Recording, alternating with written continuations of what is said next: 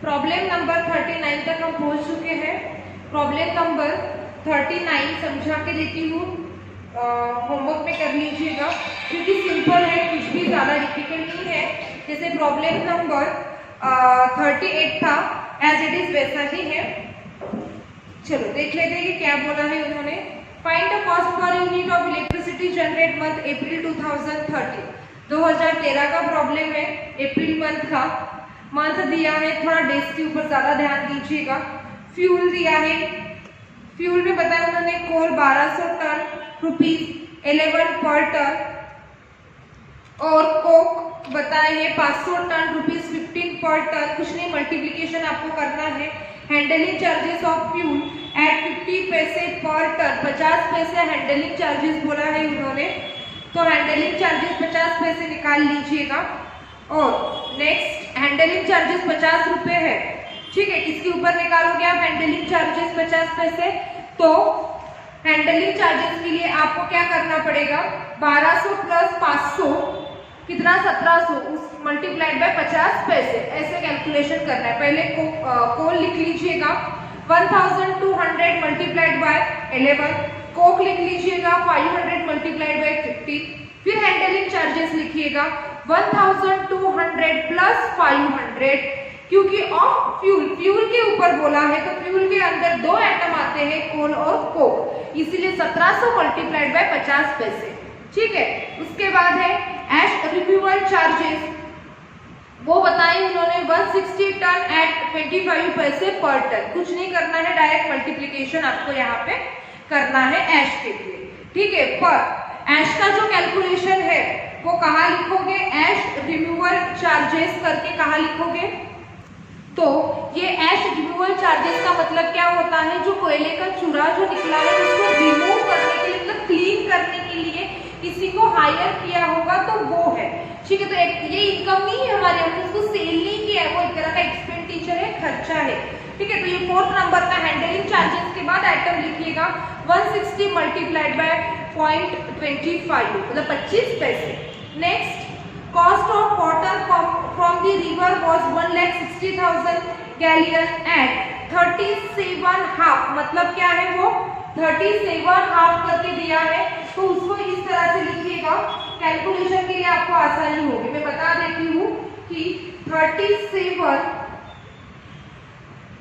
Half is equal to, इसको 0.375 भी बोल सकते हैं और आपको या फिर 75/2 भी बोल सकते हैं, ठीक है। तो कैलकुलेशन करते समय उसके ऊपर थोड़ा ध्यान दीजिएगा।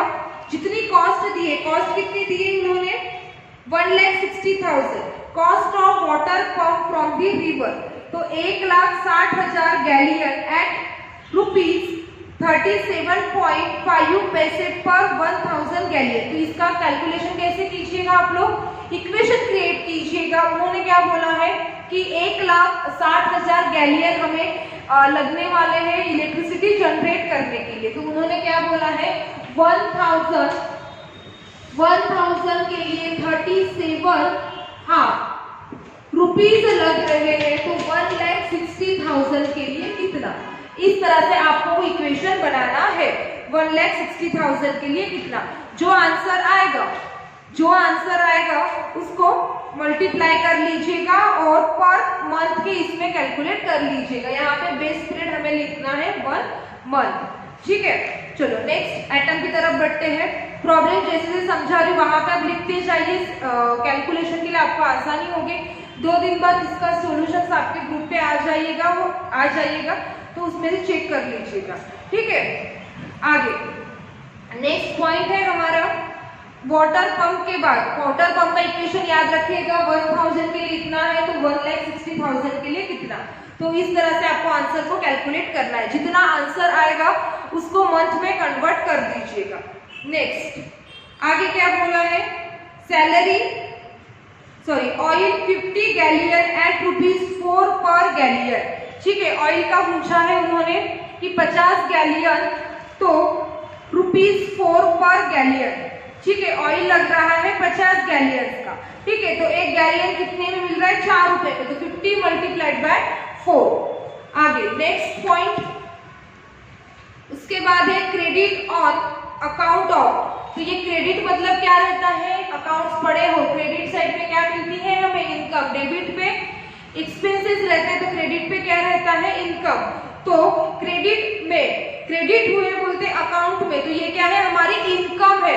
तो जो आपकी ऑपरेटिंग कॉस्ट आएगी उसके बाद माइनस करना पड़ेगा आपको sale of ash 280 multiplied by 0.25 मतलब 25 पैसे। सेल ऑफ ऐश जो चूरा निकला है कोयले का उसको बेचा है बोलते 280 टन सेल किया है। पर टन कितने पैसे मिल रहे हैं, 25 पैसे मिल रहे हैं। 280 के लिए कितना, तो 280 मल्टीप्लाइड बाय 25 पैसे। जैसे जैसे बोल रही हूँ वहां पे आप पेंसिल से लिखते जाइए, जब प्रॉब्लम सॉल्व करोगे तब परेशानी नहीं होगी। उसके बाद है cost of steel supplied to the manufacturing shop rupees 30,000 unit at ₹10 पर 1,000 यूनिट। उन्होंने क्या बोला है, 1,000 यूनिट बेचेंगे तो 10 रुपए मिलते हैं, बराबर। तो 30,000 यूनिट हम बेचेंगे तो कितना, तो इसके लिए भी आप अपना जो इक्वेशन पैटर्न है उससे आंसर को निकाल सकते हो और सॉल्व कर सकते हो। इसका इक्वेशन आप किस तरह से लिखोगे, वाटर का मैंने इक्वेशन बता दिया, वहां लिख के रख दीजिएगा। क्या बोला है उन्होंने, 1,000 गैलियन हम सेल करेंगे तो 10 रुपए मिल रहे हैं, तो 30,000 यूनिट के पीछे कितना, ठीक है। तो इसका ये दोनों भी पॉइंट कब लिखना, ऑपरेटिंग कॉस्ट कैलकुलेट करने के बाद। ये दोनों इनकम है हमारे लिए इसलिए माइनस करना है आपको। तो कैसे करोगे, जो निकालना है जितने यूनिट्स का निकालना है उसको लिखा बीच में। 1,000 यूनिट के लिए हमें मिले 10 रुपए, ₹10, 30,000 यूनिट के लिए कितना, तो 300 इसका आंसर आ जाएगा, ठीक है। चलो next, salary and wages of staff per month. हमारा बेस पीरियड भी यहाँ पे पर मंथ ही है, तो इसलिए डायरेक्टली आइटम हम बाहर लिखेंगे 1,025 रुपए। उसके बाद है डेप्रिसिएशन, वॉलियर्स का उन्होंने बोला है 6% पर एनम ₹20,000। उसकी कॉस्ट दी है 20,000 के ऊपर 6% निकालना मिल जाएगा आपको 1 साल का, और 1 साल का मिल गया तो उसको किस में कन्वर्ट करना पड़ेगा आपको, 1 मंथ में कन्वर्ट करना है। इसीलिए डिवाइडेड बाय क्या करोगे, 12 मंथ। तो लिख के रख सकते हो, याद रखने के लिए 20,000 मल्टीप्लाइड बाय 6% आ जाएगा 1,200 रुपए, डिवाइडेड बाय 12 करना है, बाहर अमाउंट आ जाएगी 100। उसी तरह जनरेटर, बिल्डिंग दोनों का आपको कैलकुलेट करना है। 1,20,000 के ऊपर 4% जितना आएगा उसको डिवाइड करना 12 से। बिल्डिंग के लिए 12,000 के ऊपर 1% जितना आएगा divided by 12। Next, the monthly technical supervision charges amounted to ₹985। Monthly charges बोला है, सुपरवाइजर को दिए जा रहे हैं 985। तो डायरेक्टली अमाउंट बाहर लिख लीजिएगा 985 सुपरविजन चार्जेस करके। आगे, टोटल यूनिट जनरेटेड 97,000 यूनिट्स। तो यहाँ पे प्रोडक्शन यूनिट आपको लिखना है 97,000 यूनिट। बेस पीरियड 1 मंथ, याद रखना है अप्रैल महीने का ये प्रॉब्लम है, तो मंथ बेस पीरियड लेना है। आगे, और लॉस ड्यू टू लीकेज, अरे यहाँ पे एक पॉइंट एक्स्ट्रा का आया है, उसको स्टार मार्क कीजिए, लॉस ड्यू टू लीकेज। तो ये क्या है, इतना 2 मिनट में आपको समझा देती हूँ, ठीक है। 97,000 यूनिट्स हमें प्रोड्यूस करने हैं, जनरेट करने हैं, पर यहाँ पे जब हम इलेक्ट्रिसिटी क्रिएट कर रहे हैं तब हमारी 1,000 यूनिट्स क्या हुए बोलते, लीकेज हुए हैं, मतलब हमारे यूज में नहीं आए हैं, ठीक है, क्रिएट ही नहीं हुए। तो 97,000 में से 1,000 आपको माइनस करना है, मतलब जो भी खर्चा हुआ है हमारा, मतलब जितने भी यूनिट से पीछे हमारा खर्चा हुआ है वो है हमारे 96,000 यूनिट्स। ये पॉइंट के ऊपर थोड़ा ध्यान दीजिएगा, अंडरलाइन करके रखिएगा। जब उन्होंने बोला है कि लॉस ड्यू टू लीकेज, कि हमारे उतने यूनिट्स का लॉस हुआ है, ठीक है। हमने कोशिश की 97,000 यूनिट्स क्रिएट करने की, पर प्रोसेसिंग में अभी क्या इलेक्ट्रिसिटी की प्रोसेसर है अपने को नहीं इतना पता है, पर प्रोसेसिंग करते समय उनका 1,000 यूनिट का उनका लॉस हो चुका है। मतलब क्रिएट कितने हुए, 96,000 यूनिट्स। हमने जो प्रोडक्शन, जैसे हम कोई प्रोडक्ट बनाते हैं, हमने बोला था कि हम 150 यूनिट बनाएंगे, पर उसमें से रॉ मटेरियल उतना ही परचेज किया, सभी उतने के लिए ही परचेज किया, पर क्रिएट हो पाए सिर्फ 140 यूनिट से हम क्रिएट कर पाए, कोई प्रोडक्ट बना रहे हैं तो हम क्या बोलेंगे, हमारा जो खर्चा हुआ 140 प्रोडक्ट के पीछे ही हुआ है, जो भी खर्चा किया 140 प्रोडक्ट के पीछे ही किया है। तो बिल्कुल उसी की तरह तो यहाँ पे कुछ लीकेज की वजह से हमारे 1000 यूनिट का लॉस हो गया, तो हमने जो एक्सपेंडिचर किया है वो 96,000 यूनिट्स के पीछे ही किया है। क्यों? क्योंकि हम जो खर्चा फाइंड आउट करते हैं, कॉस्ट पता करते हैं, वो इसलिए करते हैं इतने यूनिट के पीछे इतना खर्चा लगा, तो हम जो हमारी पब्लिक है उससे कितना पैसा पर यूनिट कितने चार्ज करें सर्विस के, इसीलिए आपको ये जो खर्चे लिख रहे हो आप 96,000 यूनिट्स के पीछे ही लिख रहे हो। तो यहाँ पे ये कलर पेन से पॉइंट लिख लीजिएगा, 97,000 यूनिट्स माइनस 1000 यूनिट्स।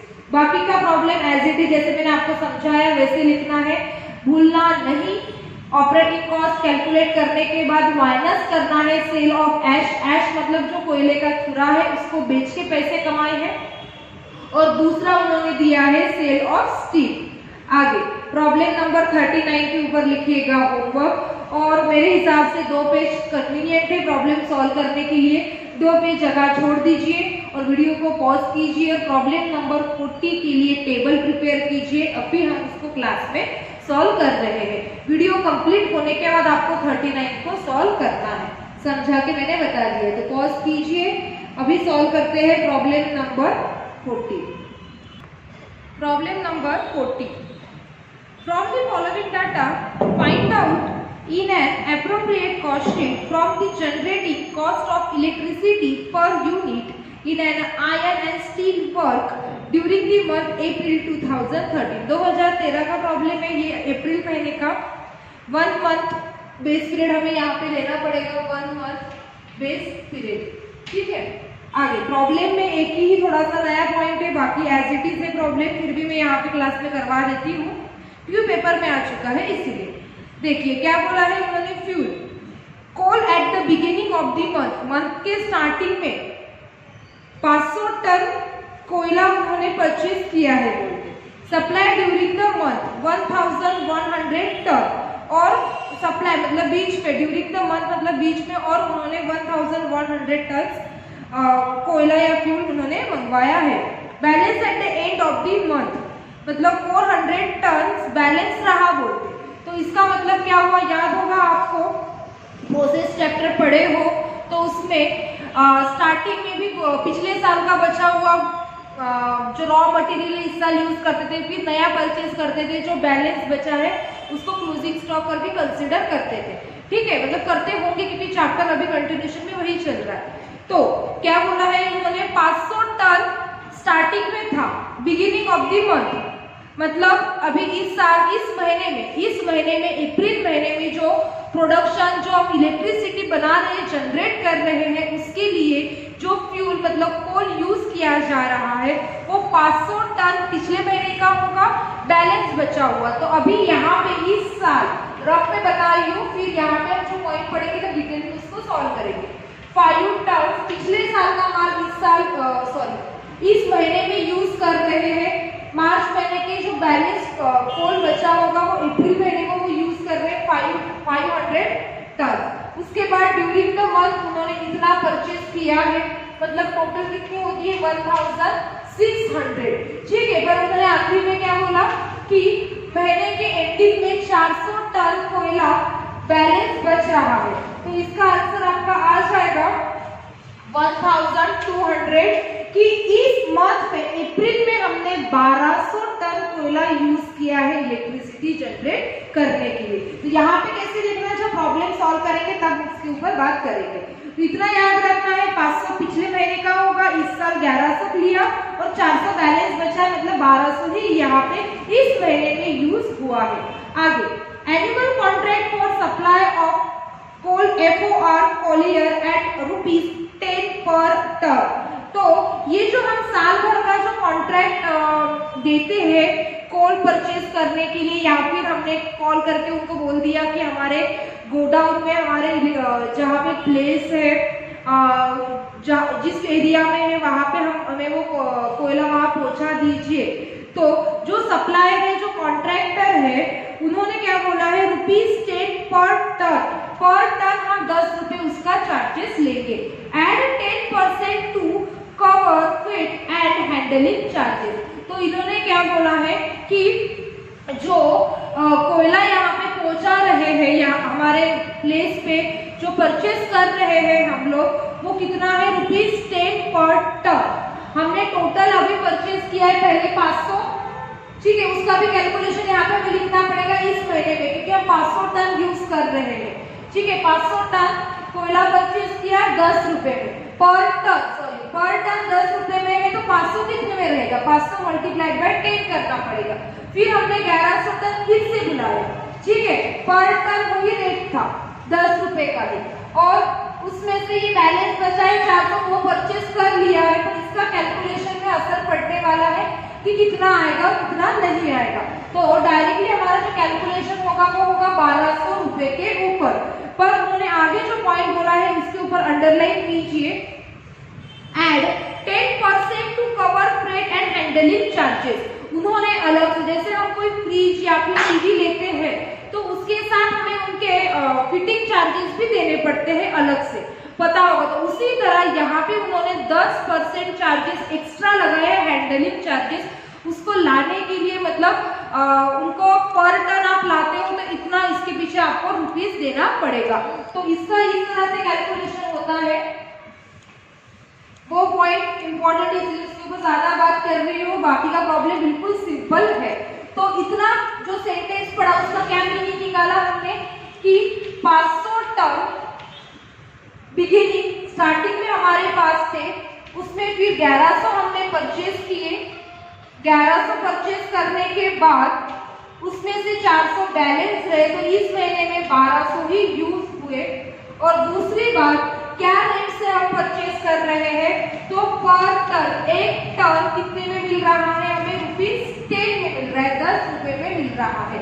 तो अभी हम ये ₹10 के हिसाब से कोयला मंगवा रहे हैं, तो उसके साथ ये 10 रुपए चार्जेस तो हमें पे करने ही है, क्योंकि मार्केट में रेट पर टन कोयले का कितना है, 10 रुपए, पर उसके साथ हमें 10% हैंडलिंग चार्जेस भी पे करने हैं। तो 10 रुपए का निकालिए 10%, आंसर आएगा पर, मतलब हमें पर टन जो कोयला पड़ रहा है वो कितने में पड़ रहा है, 11 रुपए में पड़ रहा है। वह 10 रुपए में ही है, पर वो हैंडलिंग चार्जेस लाने के भी हमें इसके पैसे देने पड़ रहे हैं, तो इसीलिए पर टन अभी हमें पड़ेगा 11 रुपए में। तो ये पॉइंट ध्यान रखना है। आगे नेक्स्ट, ऑयल दिया है 10 टन 250 पर टन, 10 मल्टीप्लाइड बाय 250। वाटर दिया है, depreciation, salary and wages, boiler house. आगे recovery on account of sale as ash, star mark कीजिएगा, जहां पे सेल वाला पॉइंट दिखा उसको स्टार मार्क करना है। क्यों स्टार मार्क करते हैं, क्योंकि ऑपरेटिंग कॉस्ट के बाद उसको माइनस करना पड़ता है, इसीलिए। उसके बाद salary, repair and maintenance of generating equipment 2600। उसके बाद डिप्रिसिएशन दिया है जनरेटिंग इक्विपमेंट का, share of administrative charges, number of unit generate, कितने यूनिट जनरेट कर रहे हैं हम लोग, 1,46,000 यूनिट जनरेट कर रहे हैं, कितने, 1,46,000 यूनिट जनरेट कर रहे हैं। पर लॉस इन द प्रोसेस, पर जनरेट करते करते हमारे तो 2000 यूनिट का क्या हुआ है, लॉस हुआ है, मतलब हमने कितना प्रोडक्शन किया, 1,44,000 यूनिट्स का हमने यहाँ पे प्रोडक्शन किया है, जनरेट किए हैं। जब लॉस होते हैं जो उतने यूनिट हमें वहां से माइनस करना पड़ता है। तो यहाँ पे प्रॉब्लम को समझ लिया है, पढ़ लिया है, अभी एक एक करके हम एटम लिख लेते हैं और उसको सॉल्व कर लेते हैं। पहला पॉइंट, फ्यूल प्रॉब्लम समझ लिया है, सिंपल ही है, सिर्फ पहला पॉइंट ही थोड़ा डिफिकल्ट है। उन्होंने कितना बताया, फ्यूल की कॉस्ट तो 10 रुपए बताई है उन्होंने, पर उसके पीछे हैंडलिंग चार्जेस के 10% भी हमें अलग से देने पड़ रहे, तो पर टन के पीछे हमारे 11 रुपए खर्च हो रहे हैं। तो यहाँ पे भी कलर पेन से लिख लेते हैं फ्यूल के आगे कि 10 रुपीज 10 पर टन प्लस 10% ₹11, इसको क्या बोलेंगे, freight and handling charges including, freight and handling charges including यहाँ लिख लीजिएगा, freight and handling charges including करके, क्योंकि लाइन लिखने के लिए जाओगे तो नेक्स्ट पॉइंट मेरा एडजस्ट नहीं होगा, ठीक है। उसमें लिखिए पहले कोल, कितना बोला है उन्होंने कोल के बारे में, तो opening stock of coal starting में हमारे पास कितना था, हम अप्रैल महीने का प्रॉब्लम सॉल्व कर रहे हैं, मतलब मार्च में हमने जब प्रोडक्शन किया होगा तो उसमें का जो बैलेंस बचा है इस साल हम इस महीने हम उसको यूज कर रहे हैं। तो ओपनिंग स्टॉक ऑफ कोल कितना है, ओपनिंग स्टॉक ऑफ कोल तो 500, कैसे लिखेंगे 500 टन मल्टीप्लाइड बाय 11, क्यों 11 करेंगे, 10 रुपए नहीं करेंगे, क्योंकि 10% हमें हैंडलिंग चार्जेस भी अलग से देने पड़ रहे, 10% देने पड़ रहे, 10% अभी निकाल के बताया था, 10 रुपए का 10% मतलब 1 होता है, तो 10 + 1 11, तो इसका आपका आंसर आ जाएगा 5500। फिर हमने और supply during the month, supply during the month, और महीने भरे में मतलब अप्रैल महीने में हमने और कोयला परचेज किया, कितना 1100 मल्टीप्लाइड बाय 11, आंसर आ जाएगा 12100। दोनों की टोटल मतलब साल महीने भरे में हमने कितना परचेज किया, 17600 परचेज किया है, इतना हमारे पास है, पर उसमें से क्लोजिंग स्टॉक साल महीने के आखिरी में, क्लोजिंग स्टॉक ऑफ कोल महीने के आखिरी में हमारे पास 400 टन कोयला बैलेंस रहता है, तो कितना 400 मल्टीप्लाइड बाय 11, आंसर आ जाएगा 4400। तो हमने 13200 का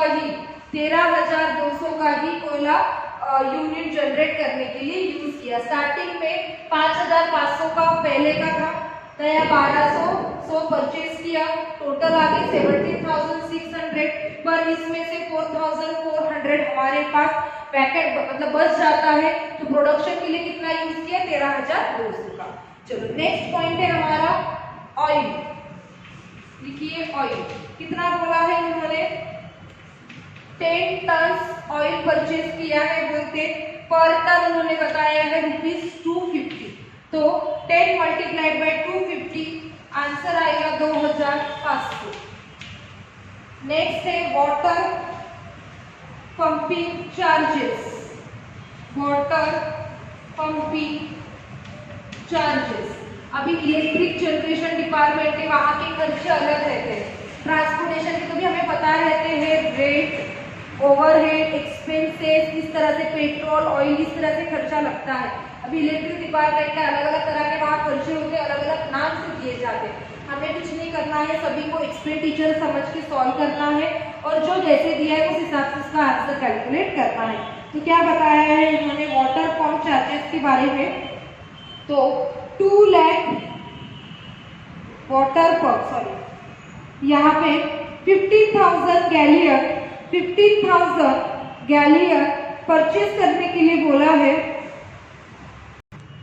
50,000 गैलियर हमें प्रोडक्शन के लिए लगने वाले हैं, उसके पीछे पंपिंग चार्जेस 25 पैसे जाएंगे हमारे, तो 100 गैलियर के लिए हमें प्रोडक्शन के लिए चाहिए 50,000 गैलियर, तो उन्होंने क्या बोला है 25 पैसे है 100 गैलियर के लिए, कितने का कैलकुलेशन करना है हमें 50,000 गैलियर का हमें यूज है, तो उन्होंने जो कॉस्ट बताई है गैलियर लिखा, तो यहाँ पे भी गैलियर 100 गैलियर के पीछे हमारे 25 पैसे जा रहे हैं, कितने 25 पैसे, ठीक है। तो 50,000 के पीछे कितने जाएंगे, तो कैलकुलेशन कीजिए आप कि 50,000 multiplied by 0.25 divided by 100, answer आ जाएगा आपका 125। ये क्या है गैलियर, एक तरह का वहां पे अलग तरह के कोई यूनिट, कोई भी प्रोडक्शन के लिए चीज लग रही होगी तो उसके वो दिए है, यूनिट दिए।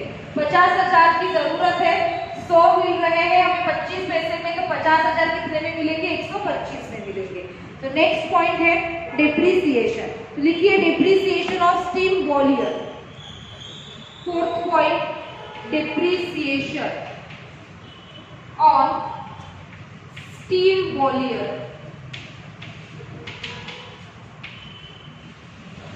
देखिए उसके बारे में उन्होंने क्या बोला है, capital value 24,000 at the rate of depreciation 12% per annum. कुछ नहीं करना है, कैलकुलेशन करना है, 24,000 का 12% निकालिए।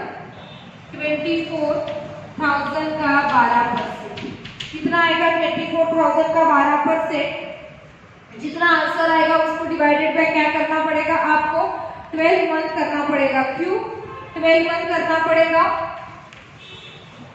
क्योंकि हमें एक महीने का आंसर निकालना है और जो परसेंटेज दिया रहता है वो एक साल का दिया रहता है। डिवाइडेड बाय 12 मंथ कीजिए।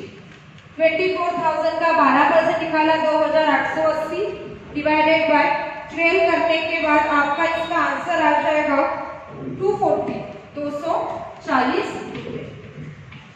ठीक है, क्योंकि एक महीने का ही आप खर्चा लिखना है। सिंपल है, प्रॉब्लम एक एक करके लिखते जाएंगे हमारे पास।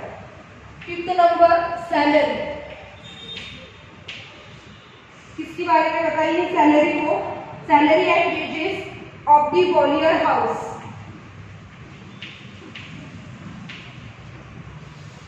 उसमें आए 10 मेन 10 मेन रखे हैं उन्होंने,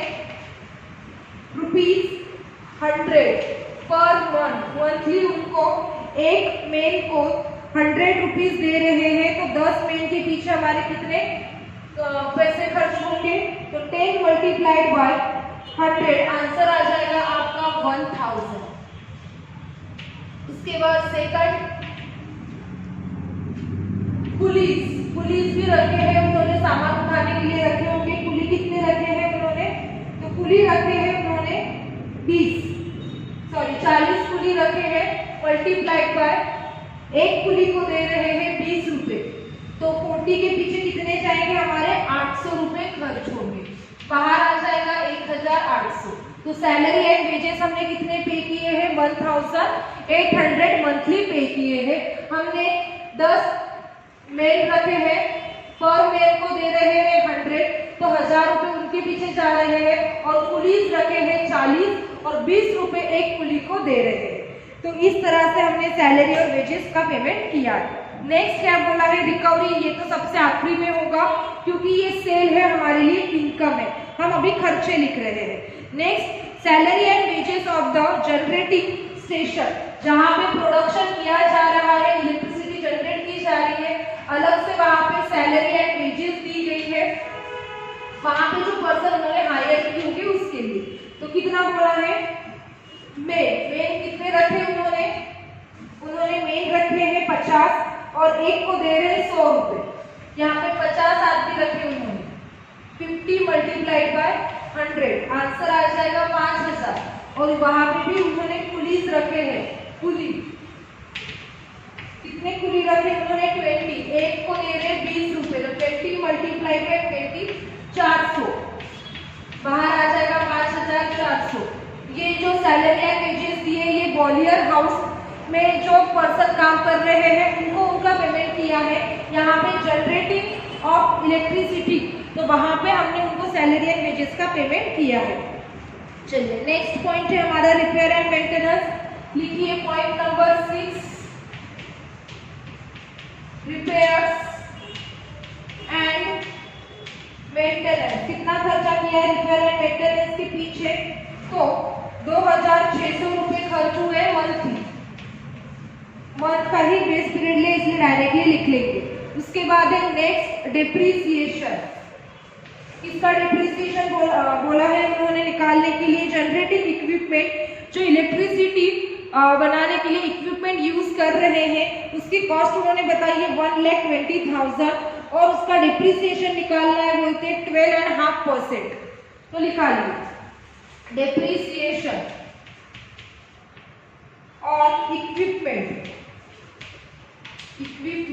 कितना कॉस्ट है? 1,20,000, उसका निकालिए 12.5%, क्योंकि हाफ बोला है इसीलिए। जो आंसर आएगा उसको 12 से डिवाइड करना पड़ेगा। इसका आंसर आ जाएगा आपका 15,000। ये निकाला है साल भर के लिए, महीने का चाहिए, इसलिए एक साल में 12 महीने डिवाइडेड बाय 12, आंसर आ जाएगा 1250। Next point 8 number, administration charges. Administration charges कितना बोला है इन्होंने? Administration charges 1750, 1750। उसके बाद है एडमिनिस्ट्रेशन चार्जेस के बाद मेरे हिसाब से सभी आइटम्स वहाँ पे हमारे कंप्लीट हो चुके हैं, क्योंकि एडमिनिस्ट्रेशन चार्जेस के बाद 11 पॉइंट नंबर ऑफ यूनिट्स वो हमने लिख लिया, लॉस इन द प्रोसेस वो भी हमने लिख लिया है। तो सभी आइटम कंप्लीट हो चुके हैं। यहाँ पे आज के प्रॉब्लम जो हमने पढ़ा प्रॉब्लम नंबर 40, उसमें ये फ्यूल का पॉइंट ही थोड़ा नया था, बाकी रेगुलर आइटम में जो कि इससे पहले हमने प्रॉब्लम नंबर 37 और 38 में भी पढ़े हैं। तो अभी क्या कीजिए, इसकी टोटल कीजिए और निकालिए टोटल ऑपरेटिंग कॉस्ट। आपकी टोटल ऑपरेटिंग कॉस्ट जितनी आएगी उसमें से माइनस कीजिएगा sale of ash. Total operating cost, total हमें कितना खर्चा लगा है? तो 28,865, 28,865। इसमें से माइनस करेंगे सेल ऑफ एश। कितना बोला है उन्होंने? Sale of ash. तो सेल ऑफ एश के बारे में उन्होंने बताया है कि पर टन, 1 टन का हमें 1 रुपया मिल रहा है बोलते हैं। ऐसे हमने 100 टन सेल किए हैं, 100 टन सेल किए हैं, तो 100 मल्टीप्लाइड बाय 1। 1 टन के पीछे 1 रुपया, तो 100 के पीछे कितने मिलेंगे? 100 रुपए हमें इनकम हो रही है। तो इसको हम नाम देंगे अभी नेट ऑपरेटिंग कॉस्ट। क्या नाम देंगे इसको? नेट ऑपरेटिंग कॉस्ट, जो कि आपकी आ जाएगी 28,765। ठीक है, क्या निकालेंगे? Per unit operating cost, per unit operating cost. इसको बंद कर देती हूँ यहाँ से। पर यूनिट ऑपरेटिंग कॉस्ट कैसे निकालेंगे? Net operating cost divided by total production. 28,765 divided by 1,44,000, answer आ जाएगा 0.20। तो इस तरह से हमारा ये प्रॉब्लम 40 कंप्लीट होता है। सिंपल था। प्रॉब्लम नंबर 40 के लिए ही मुझे ये क्लास में लेना पड़ा एक पहला पॉइंट। बाकी के जो आइटम थे वो प्रॉब्लम नंबर 37 में ही मैंने आपको एक्सप्लेन कर दिए थे। प्रॉब्लम 40 कंप्लीट हो चुका है। 41 समझा के ही देना है, एक ही नया पॉइंट है, उतना पॉइंट डिस्कस करके हम नेक्स्ट प्रॉब्लम सॉल्व करेंगे। तो प्रॉब्लम 41 हम देखेंगे नेक्स्ट वीडियो लेक्चर में। इस वीडियो लेक्चर में मैंने आपको प्रॉब्लम नंबर 39 जो होमवर्क दिया है अभी आप उसको कंप्लीट कर लीजिए। 2 दिन बाद इसके आंसर आपके ग्रुप पे आ जाएंगे। कुछ भी डाउट रहा तो डेफिनेटली पूछ लीजिएगा और इसमें मार्क करके रखिए प्रॉब्लम नंबर 40 में इतना पॉइंट। जब रिवाइज करोगे तो इतना पॉइंट ही आपको रिवाइज करना है। नेक्स्ट वीडियो में देखेंगे प्रॉब्लम 41। Thank you.